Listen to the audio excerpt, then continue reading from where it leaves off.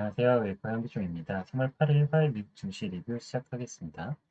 네, 어제는 그 유럽 공동채권 관련 소식이 있었는데 호재성 소식이에요. 근데도 이제 러시아발 스태그플레이션 우려에 증시 전반에는 약세가 있었고 또 증시 전반이 약세였는데도 반도체 업종은 상승을 했습니다. 그래서 왜 그런지 좀 이따 살펴보시고 이제 러시아 제재로 에너지 가격이 지속적으로 상승하면서 좀 태양광 기업에 대한 강세도 지속되고 있는데 이슈 함께 보시겠습니다. 이제 보시면은 뭐 증시는 뭐 S&P랑 다우 같은 경우는 상승 출발을 했었어요. 그래서 상승 출발을 했다가 러시아 관련된 제재 때문에 또 인플레이션 우려가 불거지고 하면서 결국은 하락 마감했는데 어제 같은 경우는 또 애플 신제품 발표 소식도 있어가지고 여기 그 시가총액 상위에 있다 보니까 시가총액 1위죠. 그렇다 보니까 신제품 발표 관련 시간에 좀 상승하는 모습 보여줬다가 다시 하락했고요. 지금 러시아 제재와 관련해서 문제되는 부분은 원자재 가격의 전반적인 상승을 이제 러시아 제재로부터 일으킬 파장이 불러낼 수 있다. 뭐 이런 이야기예요. 뭐 어떤 거냐면 여기 보시면은 이게 러시아 석유가스 제품 수출 현황이에요.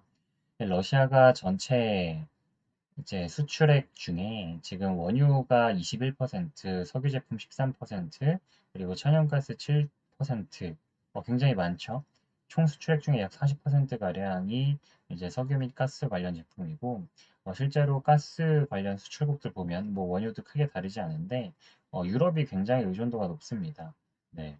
독일, 이탈리아, 터키, 뭐 프랑스, 뭐 이런 오스트리아, 네덜란드, 폴란드 뭐 등등의 뭐 벨라루스도 아까 우리 지금 회담하고 있던 벨라루스도 있고요. 그렇다 보니까 여기서 나오는 문제가 그러면은 유럽에는 지금 고성장하는 기업들이 사실 적잖아요. 상대적으로 미국이나 뭐 다른 뭐 우리나라 뭐 등등의 국가들에 비해서. 그런데 그 상황에 원자재 가격까지 오르면 코로나 이후에 경기 침체를 회복하지 못하고 스태그플레이션에 빠지는 게 아닌가 이런 우려가 있겠죠. 그래서 에너지에 대한 지금 조달 비용을 마련을 해야 되는데 그것 때문에 지금 나오는 이야기가 이겁니다. 어제 네, 유럽연합의 채권에 대한 이슈예요. 그래서 유럽연합이 에너지와 국방비 조달을 위해서 채권 공동 발행 계획을 조만간 발표할 수 있다라는 보고서가 나왔죠. 그리고 어제 이거와 관련된 이야기가 그 뭐 시티로부터 뭐 나오긴 했지만 뭐 유럽 긴급 정상 회의에서 나온 소식으로부터 나온 거라 어느 정도 시장에서 신뢰도를 줬었고요. 그래서 어느 정도는 뭐 미국의 장 초반이나 유럽 장에서도 좀 우호적인 무드를 형성을 했었다가 좀 다시 한번 하락하는 모습을 보여주긴 했는데 네. 이 이유는 지금 유럽의 러시아산 원유, 그 러시아산 에너지 제품에 대한 원자재 의존도가 높다 보니까 이거를 조달하기 위한 어, 지금 논의가 활발하다 이렇게 보시면 될 것 같고 그래서 인플레이션과 관련된 우려가 계속 불거질 수 있는 요소가 러시아로부터 나오고 있습니다. 뭐 WTI 기준인데 유가도 지금 124불 나 올라가고 있고요. 지금 그래서 WTI에 대한 의존도가 전 세계적으로 더 높아지지 않을까에 대한 이야기가 나오고 있어요. 뭐 불과 한 2년 전만 해도 뭐 원유에 대해서 WTI 선물 가격이 막 0 이렇게 나가는 그런 황당한 일도 있었었는데 지금 또 상황이 이렇게 역전이 돼가지고 뭐 124불 이렇게 올라가는 정말 엄청난 유가의 상승세를 보이고 있습니다. 그래서 이러한 유가의 상승세에 지금 전반적인 증시에 있어서는 인플레이션을 제품에 전가할 수 있는 그런 업종에 대한 기대감이 있어요. 그래서 거기서 나온 이슈가 어제 필라델피아 반도체 지수의 차별화된 급등세였고요. 지금 지수가 전반이 변동성이 커지고 지수 전반이 이렇게 다 하락하는 모습을 계속 보여주다 보니까 증시에서 뭐 개별 종목들이 좀 살아남기 어려운 상황이긴 한데 어제 보시면은 마이크론, 뭐 엔비디아, AMD 다 상승 마감을 했고요. 뭐 장중에는 뭐 5% 가까이 올랐었어요. 실제로 마이크론 잠깐 보시면은 캔들 엄청 변동폭이 크죠. 네. 마이크론도 이렇게 오르고 뭐 다른 뭐 개별 종목들 다 마찬가지입니다. 엔비디아도 뭐 장중에 이렇게 많이 올랐었고요. 뭐 AMD 역시 뭐 2.5%로 마감했지만 마찬가지로 5% 가까운 상승세를 보여줬었고. 네. 그런데 여기 보시면 어제 왜 올랐냐라고 보면 엔비디아, 마이크론, AMD 주식이 화요일에 왜 올랐는가? 이제 모틀리풀 기사고요. 네. 지금 반도체 부족에 대한 우려가 이 랠리를 촉발하고 있다라는 이야기예요.